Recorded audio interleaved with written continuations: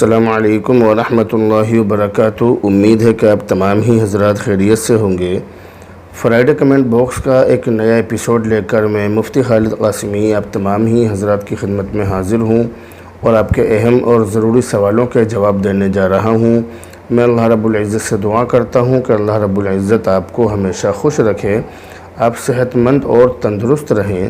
بیماریوں کا دور چل رہا ہے، نئی بیماریاں اس وقت وجود میں آ رہی ہیں اور نئی بیماریاں سامنے آ رہی ہیں۔ میں اللہ رب العزت سے آپ تمام ہی حضرات کے لیے دعا کرتا ہوں کہ اللہ رب العزت آپ کو تمام ہی بیماریوں سے محفوظ فرمائے۔ اس وقت دیکھنے میں یہ آ رہا ہے کہ لوگ بہت زیادہ پریشان ہیں، نئی پریشانیوں میں گرفتار ہیں،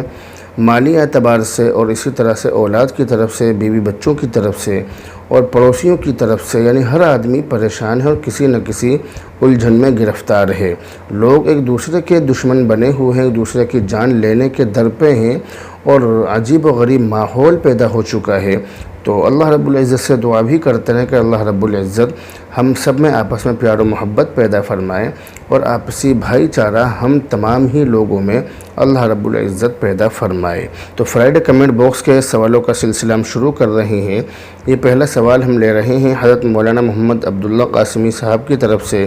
کہہ رہے ہیں کہ زید امام ہیں، جماعت کے وقت زید کے علاوہ جو شخص ہیں مقتدی ایک بالغ شخص اور دو نابالغ شخص جماعت کے وقت صف کس طرح لگائیں؟ اس بارے میں یہ بات سمجھ لیجئے کہ اگر نابالغ سمجھدار لڑکے ایک سے زیادہ ہوں تو مردوں کے پیچھے ان کی مستقل الگ سے صف بنائی جائے، اور اگر صرف ایک لڑکا ہو تو وہ مردوں کی صف میں کہیں بھی کنارے پر کھڑا ہو سکتا ہے، اس کو کہیں بھی کنارے پر کھڑا کر دیا جائے، اسے مردوں کی صف سے الگ کھڑے ہونے کی ضرورت نہیں ہے۔ اگر نابالغ لڑکا صرف ایک ہو تو کوئی حرج نہیں ہے، اور اگر ایک سے زیادہ ہو تو مردوں کے پیچھے ان کی مستقل صف ہونی چاہیے، اور اگر وہ اس صورت میں مردوں کی صف میں کھڑے ہوں گے تو یہ صف بندی کے خلاف بھی ہے اور یہ نامناسب بھی ہے۔ لیکن ہاں، جہاں تک نماز ہونے کا معاملہ ہے تو نماز بہرحال سب کی ہو جائے گی۔ نابالغ بچہ اگر ایک ہو تو اس کو ہٹانا نہیں چاہیے، اور اگر ایک سے زیادہ ہو تو ان کی صف مردوں کی صف کے پیچھے الگ سے بنانی چاہیے۔ لیکن ہاں، اگر وہ مردوں کی صف میں کھڑے ہو جائیں تو انہیں نماز کی حالت میں ہٹانے کی ضرورت نہیں ہے، انہیں نماز کی حالت میں ہٹانے کی کوشش نہیں کرنی چاہیے۔ بعد میں آنے والے جو بالغ حضرات ہیں ان کو چاہیے کہ وہ ان کے دائیں بائیں کھڑے ہو جائیں۔ اور بعض لوگ ایسے بھی ہیں ہمارے سماج کے اندر کہ جو بہت زیادہ چھوٹے بچوں کو مسجد میں لے آتے ہیں اور اپنے ساتھ ان کو کھڑا کرتے ہیں، اور اس سے مسجدوں کی بے حرمتی ہوتی ہے۔ تو جو بہت زیادہ چھوٹے بچے ہیں، جو ناسمجھ ہیں، تو ناسمجھ بچوں کو مسجد میں نہیں لانا چاہیے۔ حدیث میں بہت زیادہ چھوٹے بچوں کو مسجد سے دور رکھنے کا حکم دیا گیا ہے، کیونکہ ان سے خطرہ یہ ہے کہ وہ مسجدوں کے اندر پیشاب پاخانہ کر سکتے ہیں۔ اس کے علاوہ وہ مسجدوں کی بے حرمتی بھی کریں گے، جس کا پورا گمان ہے، پورا یقین ہے کہ چھوٹے بچے مسجدوں کی بے حرمتی کرتے ہیں۔ اسی طرح بہت زیادہ چھوٹے بچے، بہت زیادہ کم عمر کے بچے بعض مرتبہ لوگوں کی نماز میں خلل ڈالنے کا بھی باعث اور ذریعہ اور سبب بنتے ہیں۔ اس لیے بہت زیادہ چھوٹے بچوں کو مسجد میں نہیں لانا چاہیے، ان کو گھر ہی میں رکھ کر دین کی موٹی اور ضروری باتیں سکھلائی جائیں، اور جب وہ سمجھدار ہو جائیں اور مسجد کے آداب کا ان کو علم ہو جائے، مسجد کے اندر آنے کے بعد کیا کام کرنے چاہیے اور کیا نہیں کرنے چاہیے، جب ان تمام باتوں کا ان کو علم ہو جائے اور وہ مسجد کے اندر مسجد میں آنے کے لائق ہو جائیں، مسجد کے آداب کی رعایت کرنے لگیں، تو پھر ایسی صورت میں ان کو مسجد میں نماز کے لیے لانا شروع کر دینا چاہیے، اور پھر ان کو مسجد میں نماز کے لیے لانا چاہیے۔ تو بہرحال پورا مسئلہ، پورا خلاصہ یہ نکلا کہ جو نابالغ سمجھدار بچے ہیں ان کو مسجد میں لانا چاہیے، اور ان کو مسجد کے اندر بڑوں کی صف میں بھی کھڑا کر سکتے ہیں۔ اگر ایک بچہ ہے تو بڑوں کی صف میں کھڑا کر دیا جائے، اور اگر ایک سے زیادہ بچے ہوں تو ان کی الگ سے صف بنائی جائے۔ لیکن ایک مسئلہ اور بھی ہے کہ بچوں کی صف بنانے کی صورت میں آج کل بچے بہت زیادہ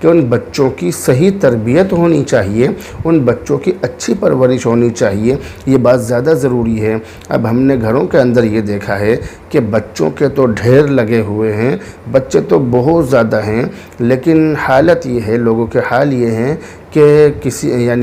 اتنا برا حال ہے لوگوں کا کہ ان کی تربیت کی طرف بالکل بھی فکر نہیں ہے۔ ایک ہوتا ہے پرورش، دوسرا ہوتا ہے تربیت۔ تو پرورش کا مطلب یہ ہے کہ آپ ان بچوں کے کھانے پینے، رہنے سہنے، ان تمام چیزوں کا انتظام کریں، تو وہ تو آپ کر ہی رہے ہیں، لیکن دوسری چیز ہے تربیت، کہ ان بچوں کی تربیت ایسے طریقے سے کریں کہ جو اسلام کے مطابق ہو، ان کو اسلام کے سانچے میں ڈھالنے کی کوشش کریں، خود بھی نماز پڑھیں، ان کو بھی نماز پڑھائیں، خود بھی نیک کام کریں، ان کو بھی نیک کام کریں۔ اب ہمارے یہاں پر ہوتا یہ ہے کہ نہ تو ماں باپ کو دین کی فکر ہے، نہ بچوں کو دین کی فکر ہے، نہ تو ماں باپ کو نماز کی فکر ہے، نہ بچوں کو نماز کی فکر ہے، جس کا نتیجہ یہ ہو رہا ہے کہ بچے بھی دین سے دور ہیں اور ماں باپ بھی دین سے دور ہیں۔ اس لیے کوشش یہ کرنی چاہیے، اور میرے عرض کرنے کا مقصد یہ ہے کہ ہم اس بات پر تو دھیان دیتے ہیں کہ بچے زیادہ سے زیادہ ہونے چاہیے، مگر اس بات پر دھیان نہیں دیتے ہیں کہ ان زیادہ سے زیادہ ہونے والے بچوں کی تربیت بھی ہونی چاہیے یا نہیں، اس بات کی طرف دھیان نہیں ہوتا ہے۔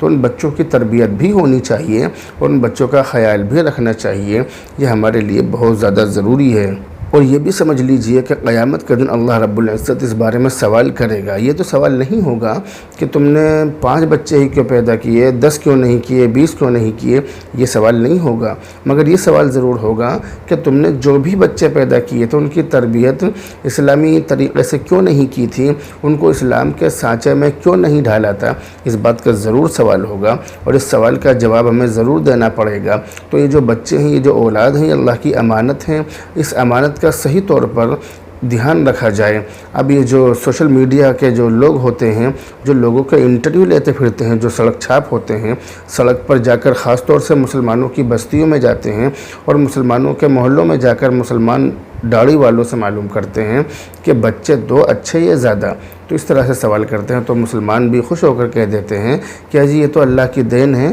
جتنے زیادہ ہوں اتنا ہی اچھا ہے۔ بات یہ نہیں ہے، بات یہ ہے کہ بچے جو بھی ہوں، جتنے بھی ہوں، ان کی تربیت ہونی چاہیے، ان کی اچھی پرورش ہونی چاہیے، ان کو اسلامی سانچے میں ڈھالنے کی کوشش کرنی چاہیے، اس بات کا خاص دھیان رکھیں۔ تو بچوں کی تربیت اور بچوں کی جو دیکھ ریکھ ہے، وہ ہر وقت ایک نگاہ ان پر ہونی چاہیے اور ان کو اسلامی سانچے میں ڈھالنے کی کوشش کرنی چاہیے۔ تو بہرحال میں آپ کو یہ بتلا رہا تھا کہ یہ جو نکاح ہے، یہ اللہ رب العزت نے انسان کی نسل کو باقی رکھنے کے لیے یہ ایک سسٹم بنایا ہے کہ مرد اور عورت دونوں آپس میں نکاح کریں، اور اللہ کے نبی علیہ الصلوۃ والسلام نے حدیث کے اندر زیادہ بچے دینے والی عورت کو پسند بھی کی ہے اور اس کی ترغیب بھی دی ہے، اور یہ کہا کہ میں قیامت کے دن تمام امتوں پر فخر کروں گا کہ میری امت کے لوگ سب سے زیادہ ہیں، اس لیے تم زیادہ سے زیادہ بچے جننے کی کوشش کرو، مگر اس بات کا بھی دھیان رکھے جو اللہ کے نبی علیہ الصلوۃ والسلام نے دوسری حدیثوں کے اندر بچوں کی اصلاح اور تربیت کے بارے میں، بچوں کی اصلاح کے تعلق سے بیان فرمائی، ان باتوں کا بھی دھیان رکھنا چاہیے۔ یہ بھی سمجھ لیجئے کہ اگر کوئی شخص روزی کے ڈر سے، یعنی تنگی کے ڈر سے، غریبی کے ڈر سے، مفلسی کے ڈر سے، فقیری کے ڈر سے اولاد کا خواہش مند نہ ہو کہ اگر یہ بچے پیدا ہوں گے تو یہ کھائیں گے کہاں سے، تو یہ چیز مذہب اسلام میں پسند نہیں کی گئی ہے، کیونکہ یہ تو ایسی چیز ہے کہ اس سے تو انسان کو توبہ کرنی چاہیے، تو ایسی انسان کی گندی سوچ ہے، کیونکہ قرآن کریم صاف کہہ رہا ہے کہ زمین کے اوپر رہنے والے، چلنے والے جتنے بھی چوپائے ہیں، جتنے بھی جاندار ہیں، ہر جاندار کی روزی کی ذمہ داری اللہ نے اپنے اوپر رکھی ہے۔ وَمَا مِن دَابَّةٍ فِي الْأَرْضِ إِلَّا عَلَى اللَّهِ رِزْقُهَا وَيَعْلَمُ مُسْتَقَرَّهَا وَمُسْتَوْدَعَهَا۔ تو سب کے رہنے کی جگہ، ٹھہرنے کی جگہ اور واپس ہونے کی جگہ اور سب کی روزی، یہ تمام چیزیں اللہ کے علم میں، اللہ تعالیٰ جانتا ہے اور اللہ تعالیٰ ہی ان کا انتظام کرتا ہے۔ تو اس لیے اس ڈر سے تو اپنی اولاد کو اولاد نہ کرنا، یعنی بچے پیدا نہ کرنا، اس ڈر سے کہ یہ کھائیں گے کہاں سے، تو یہ تو خواہ مخواہ کی بات ہے، کیونکہ جو بچہ ہوتا ہے وہ اپنے نصیب کا مال اور اپنے نصیب کی دولت لے کر آتا ہے۔ حدیث کے اندر تو ہم نے کچھ اس طرح سے پڑھا ہے کہ جب بچہ ماں کے پیٹ میں ہوتا ہے تو اس کے ایک فرشتہ ماں کے پیٹ میں جا کر اس کے ماتھے پر 4 لائنیں لکھتا ہے، جن میں سے ایک یہ بھی ہوتی ہے کہ اس کی روزی کتنی ہوگی، یہ لکھا ہوا باقاعدہ طور پر اس کے ماتھے پر لکھ دیا جاتا ہے۔ میرے ماتھے پر بھی، میری پیشانی پر بھی لکھا ہوا ہے، مگر آپ کو دیکھ نہیں رہا ہے۔ تو بہرحال کہنے کا مطلب یہ ہے کہ روزی کے ڈر سے بچوں کو قتل کرنا یا بچے پیدا نہ کرنا یہ تو بہت بڑا گناہ ہے اور یہ بہت گندی سوچ ہے۔ آپ اس طرح سے رہیے کہ آپ ان کو پیدا کیجئے، کوئی بات نہیں ہے۔ اللہ تعالیٰ قرآن میں کہہ رہا ہے کہ نحن نرزقکم وإیاہم، کہ ہم تم کو بھی روزی دیتے ہیں اور ان کو بھی روزی دیتے ہیں۔ اس ڈر سے اپنی اولاد کو ہرگز قتل نہ کرو، تو اس ڈر سے قتل نہیں کرنا چاہیے۔ اسی طرح سے اور بھی بہت ساری وجوہات ہیں کہ زیادہ بچے ہوں گے تو پریشانی ہو جائے گی، یہ ہو جائے گا، وہ ہو جائے گا، تو یہ تمام باتیں تو غلط ہیں۔ اس طرح کی باتوں سے بچنا چاہیے۔ بچے اگر اللہ تعالیٰ دے رہا ہے تو لینے چاہیے۔ اور ایک بات بھی یہ بات بھی یاد رکھیے کہ یہ جو بچے ہوتے ہیں یہ تمام چیزیں اللہ رب العزت کی طرف سے ہیں۔ قرآن کریم کے اندر ہمارا قرآن کریم پر یقین اور ایمان اور ہونا بھی چاہیے۔ قرآن کریم کے اندر صاف طور سے لکھا ہے للہ ملک السماوات والارض، زمین اور آسمان کی بادشاہت اللہ کے لیے ہے۔ یخلق ما یشاء، وہ جو چاہتا ہے پیدا کر دیتا ہے۔ یہب لمن یشاء اناثا، جس کو چاہتا ہے لڑکیاں دیتا ہے وہ یہب لمن یشاء ذکور، اور جس کو چاہتا ہے لڑکے دیتا ہے۔ او یزوجہم ذکرانا و اناثا، یہ چاہتا ہے تو لڑکے اور لڑکی دونوں دے دیتا ہے۔ ویجعل من یشاء عقیما، اور جس کو چاہتا ہے بانجھ کر دیتا ہے۔ بے شک وہ جاننے والا بھی ہے، وہ قادر بھی ہے، وہ اولاد دینے پر بھی قادر ہے، لینے پر بھی قادر ہے، اور وہ یہ بھی جانتا ہے کہ اولاد کس کے لیے کون سی اولاد بہتر ہے، کس کے لیے لڑکے بہتر ہیں اور کس کے لیے لڑکی بہتر ہیں، اور کس کے لیے دونوں بہتر ہیں اور کس کے لیے دونوں میں سے کچھ بھی نہ ہو تو بہتر ہے۔ تو یہ تمام چیزیں اللہ رب العزت جانتا ہے۔ تو بہرحال یہ جو سوال آپ نے کیا ہے، اس سوال کے اندر اس کا خلاصہ یہی نکلا ہے کہ اگر اولاد ہو رہی ہے تو اولاد ہونے دو۔ آپ تھوڑی بہت تدبیر اختیار کرنا چاہتے ہیں کسی مجبوری کی وجہ سے، بیوی کی طبیعت کی وجہ سے یا کسی اور وجہ سے، تو وہ الگ مسئلہ ہے، لیکن بہرحال اس طرح کی کوئی بات نہیں ہے۔ مجھے امید ہے کہ تمام ہی باتیں آپ کی سمجھ میں بہت اچھی طرح سے آ گئی ہوں گی۔ بہرحال اب آپ سے رخصت ہوتے ہیں، دعا میں یاد رکھیں۔ السلام علیکم ورحمۃ اللہ۔